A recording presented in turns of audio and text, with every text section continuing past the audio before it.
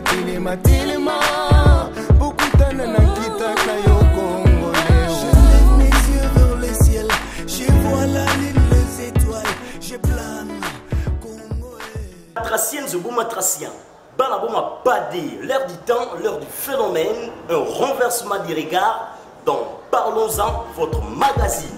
I love you Congo. Parlons-en est une émission qui va mettre l'accent sur tout événement socialement significatif qui vous donne la parole, qui parle de vous, mais aussi de vos activités profondément. Parlons-en, commente sur tout ce qui est à la une, vous informer, c'est notre passion.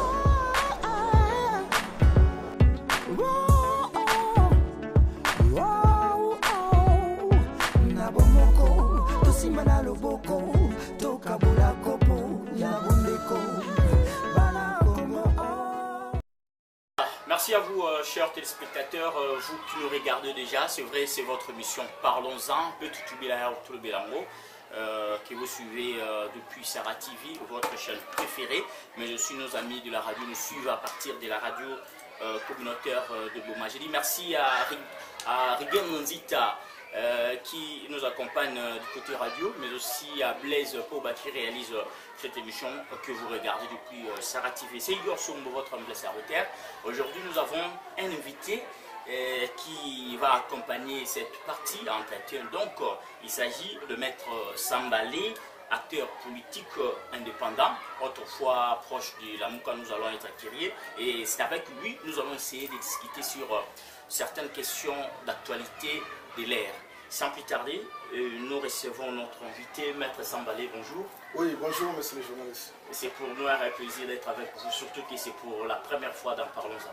Oui, effectivement, c'est réciproque. Même pour moi, c'est vraiment un réel plaisir. Comme vous venez de le dire, c'est pour la première fois. Et aujourd'hui, nous sommes là pour répondre à toutes vos questions. On a voulu vous demander comment va la santé, mais en vous regardant comme ça, on sent que tout va à merveille. Oui, par la grâce de Dieu, comprenez, c'est vrai que en général, les choses ne marchent pas bien, mais du moins, le Seigneur a fait grâce.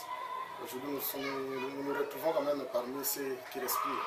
Candidat malheureux dans les élections de 2018, et vous étiez proche de la Mouka aujourd'hui, indépendant. Pourquoi avez-vous enlevé cette casquette? En fait, enlever, c'est trop dire. C'est vrai que je suis candidat malheureux, sauf que à son temps, j'étais de la Mouka. Bon, depuis un certain temps, et parmi les leaders qui constituent le présidium de la Mouka, vous allez voir que les avis sont maintenant divisés. Il y a les pro-Moïse et les pro-Katumbi. C'est-à-dire Moïse veille une politique d'opposition républicaine. Mais le leader Martin Fayulu, lui, demeure de l'opposition radicale. Bon, c'est là où moi, personnellement, ce qui est vrai, et là où il faut accepter, je suis d'accord, là où il faut critiquer, je les critique. Donc je partage la vision de Moïse Katumbi. C'est dans ce sens-là, je suis toujours de la Mouka, mais proche de Katumbi. Voilà, merci en tout cas, merci à Blaise Poba. Je crois qu'il fallait que nous puissions signaler, après avoir connu un échec lors des élections passées, c'était pour vous, je crois, une expérience comme ça, si la première, je ne sais pas, mais c'était une déception pour Maître Sambalé ou vous l'avez compris comme tel? Bon, en fait, déception, c'est trop dire, mais sauf que c'est ça, c'est comme un match de football. Il y a les gagnants, il y a les perdants. Donc vous avez perdu? Oui, j'ai perdu, c'est par honnêteté, j'ai perdu. Je n'ai pas été proclamé par la CENI. C'est vrai que c'est une déception pour la population, pas pour moi.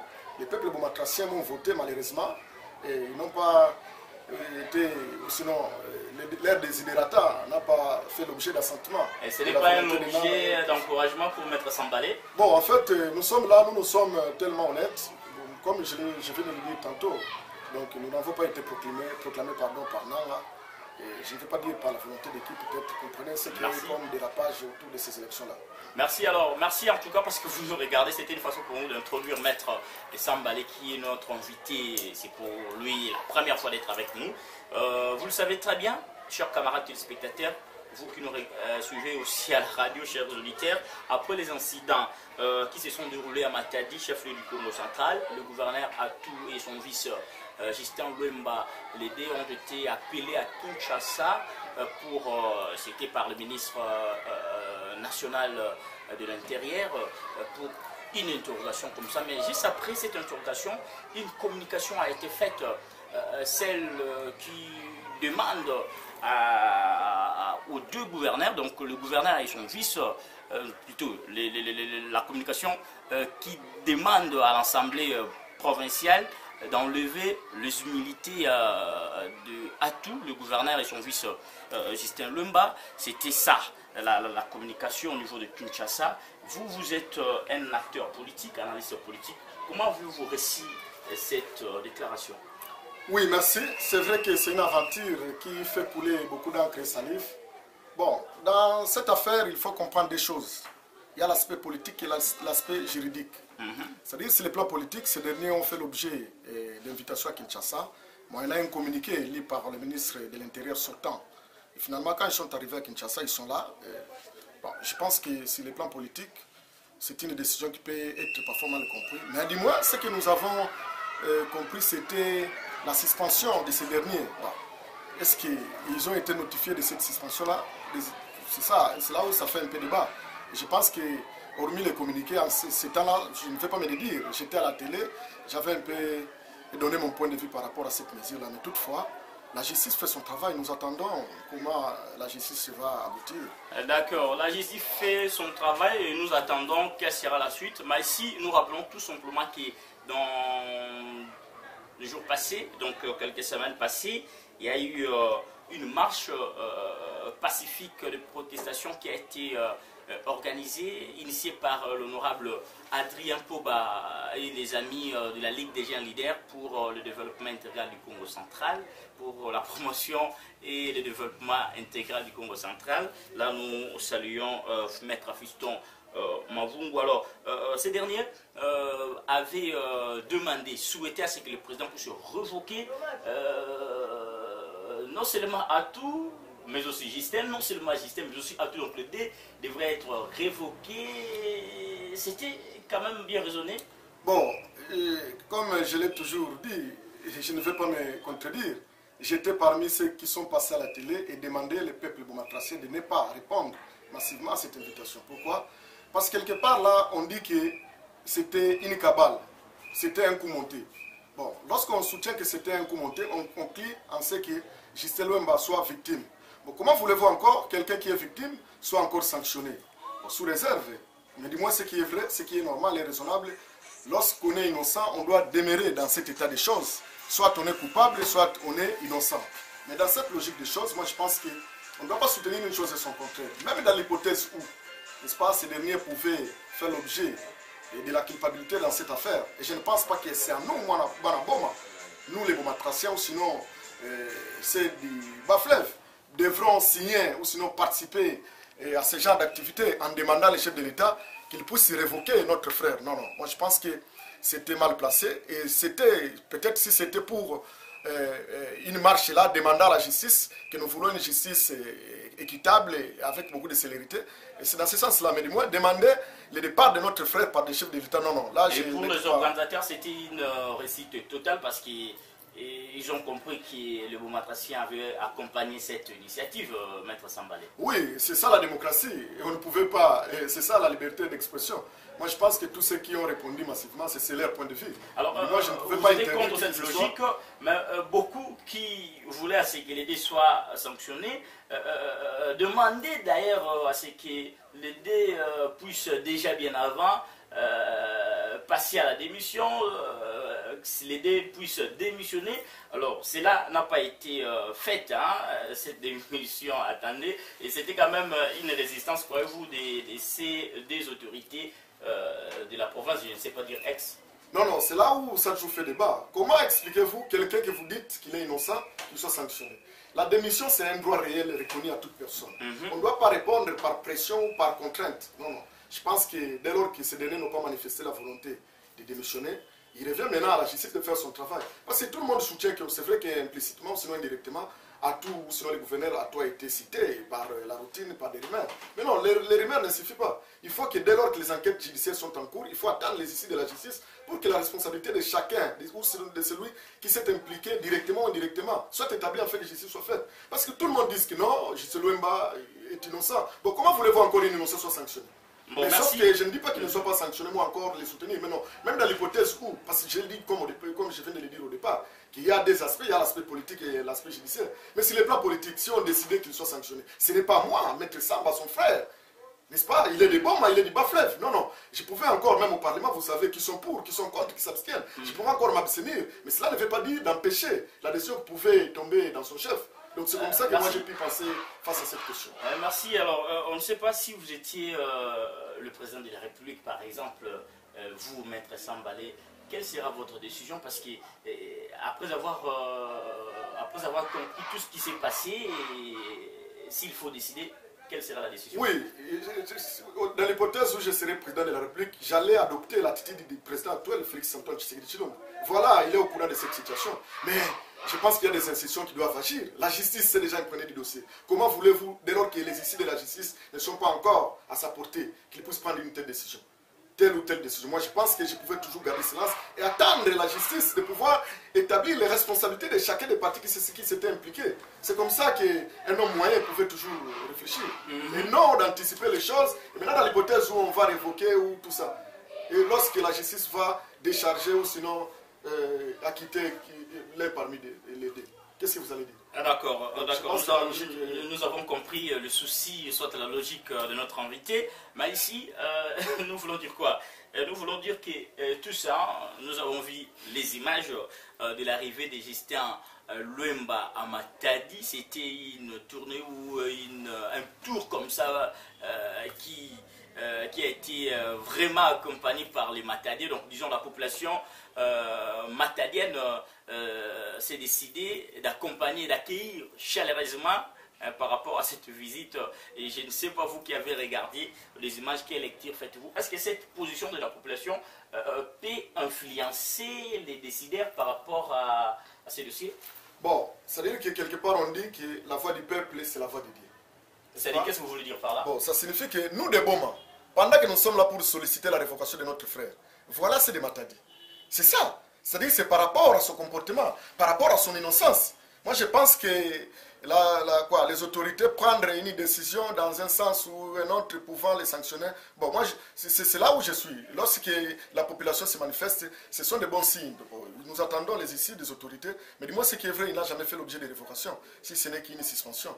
Donc il revient maintenant aux autorités, surtout qu'aujourd'hui, celui-là est victime dans cette affaire-là par rapport aux enquêtes menées par le procureur général pour la Cour de cassation. Vous parlez trop de Justin, mais vous ne faites pas allusion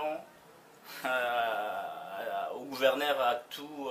Vous voulez parler de lui aussi? Bon, sauf que par rapport à son excellence Atou Matoubouana, bon, je réponds à vos questions. Vous ne m'avez pas encore posé une question là, dans ce sens-là. Mais dis-moi ce qui est vrai. Et dans cette affaire-là, nous avons tous suivi la scène. Atou, ou sinon son excellence Atou n'était pas là. Il n'était pas là, mais sauf que par rapport à la scène ou sinon au scénario, il y a des gens qui arrivent quand même. Il y a des déclarations qui précisent qu'Atou est l'auteur de ces complots. Est-ce que cela a été créé ou c'est bien fondé? Bon, je suis avocat, c'est-à-dire qu'au parquet, il y a les principes de l'inquisitorialité du ministère public et les secrets de l'instruction. Bon, est-ce que les PG doivent se permettre de passer à la télé, commencer à dire que non, X, Y est passé, dénoncé ou dévoilé? Non, non, moi je pense que par rapport à sa lettre de la fois passée, d'ailleurs là je parle d'un réquisitoire. Merci. Il a demandé à l'Assemblée provinciale de pouvoir, n'est-ce pas, lever les immunités de ces derniers pour que des enquêtes soient engagées dans son chef. D'accord. Merci en tout cas. Parlons d'autre chose. C'est un peu le séjour du président de la République en Belgique. C'est connu de tout le monde. Présentement, c'est en Anvers pour la 3e étape, si je ne m'abuse pas. Alors, par rapport à cette relation diplomatique autrefois fragilisée, aujourd'hui, nous voyons quand même il y a une très bonne réaction. Votre commentaire par rapport à ces séjours? Oui, en tout cas, à mon humble avis, le commentaire est positif. Comme vous le savez, s'il faut parler, ou sinon faire un petit rétro, depuis 2015, cette relation a fait l'objet de souffrances. Pourquoi? Une fois là, même la maison Schengen a fait l'objet de la fermeture. Et le représentant de l'Union européenne a été pourchassé par nos autorités à la suite d'un message communiqué qu'il avait passé. Bon, aujourd'hui, le chef de l'État, toujours dans sa vision, de rétablir l'autorité de l'État et de faire renaître cette relation diplomatique, je pense que personne ne pouvait être contre lui. Personne ne pouvait être contre lui parce que après le départ ou sinon après la rupture de cette relation, vous savez que beaucoup des investisseurs avaient plié bagage. Et aujourd'hui, face à cette renaissance de la relation, ces investisseurs-là ne manqueront pas de revenir, toujours avec leurs activités au finish. Vous allez voir que c'est le peuple congolais qui va en bénéficier. Et surtout Donc, que c'est un voyage bénéfique pour moi.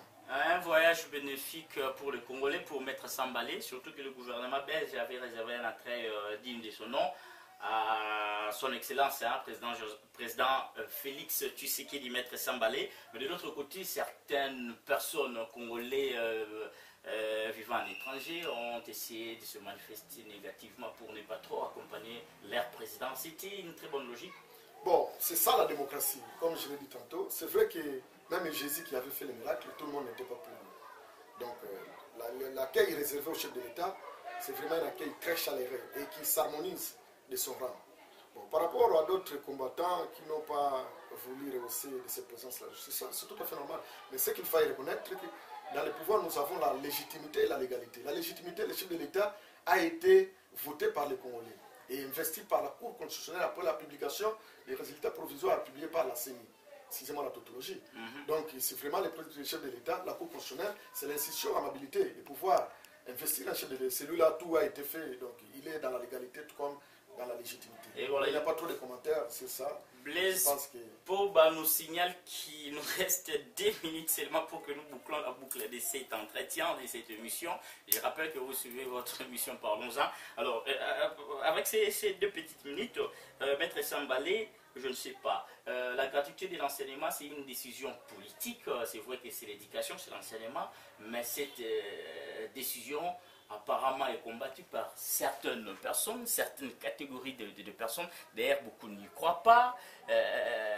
Qu'est-ce que vous pouvez commenter, parce que vous êtes aussi analyste politique? Oui, la gratuité, ce n'est pas un fait politique. C'est constitutionnel. Là, je suis à l'article 42 de la Constitution, qui reconnaît la... Mais aujourd'hui, c'est matérialisé. Chers journalistes, il faudra encore avoir des doutes. Nous ne voyons pas les conséquences. On est en train d'attaquer les causes. Les causes, on les attaque et aujourd'hui, le chef de l'État prend cet engagement de pouvoir, n'est-ce pas, rendre effective cette gratuité. Et c'est vraiment un événement qui fait sourire beaucoup de parents. Et toutefois, nous ne sommes pas là pour voir les conséquences, comme je viens de le dire, et qui vivra verra. C'est une réalité. Tellement c'est constitutionnel, mais il fallait une décision du chef de l'État qui est une décision politique aujourd'hui. Nous voyons quand même, ça promet avec cette gratuité de l'enseignement. Mais beaucoup de parents sont déçus parce qu'ils ont crié, c'est pour toutes les classes de l'enseignement des bases, on cite première en 8e année. Aujourd'hui, une déclaration a été faite contrairement à ce que le parent pensait, et cette gratuité se limite au niveau de la classe de 6e primaire. C'est une surprise pour beaucoup de parents, Maître Sambalé. Bon, en fait, c'est un problème de compréhension. Parce que lorsqu'il faut lire cette disposition, vous allez comprendre qu'on parle de la gratuité de l'enseignement primaire, qui est l'enseignement de base. Et aujourd'hui, nous avons changé de formule, nous sommes en 7e et 8e. Donc, progressivement, je pense qu'avec la volonté du chef de l'État, mais pour le moment, on parle de l'enseignement primaire. L'enseignement primaire, c'est de la première en 6e année. Donc cette précision va valer, parce que les parents, tantôt, ils ne comprenaient pas. Mais du moins, il y a quand même un ministre qui est venu pour préciser les parents. Ce n'est pas une violation. Donc c'est ça, c'était juste pour édifier ces derniers, pour éviter des confusions. Donc c'est dans ce sens-là. Et alors, je peux comprendre bien, Maître Sambalé, vous allez nous excuser. Mes parents veulent pouvoir dans le calme parce que le ministre...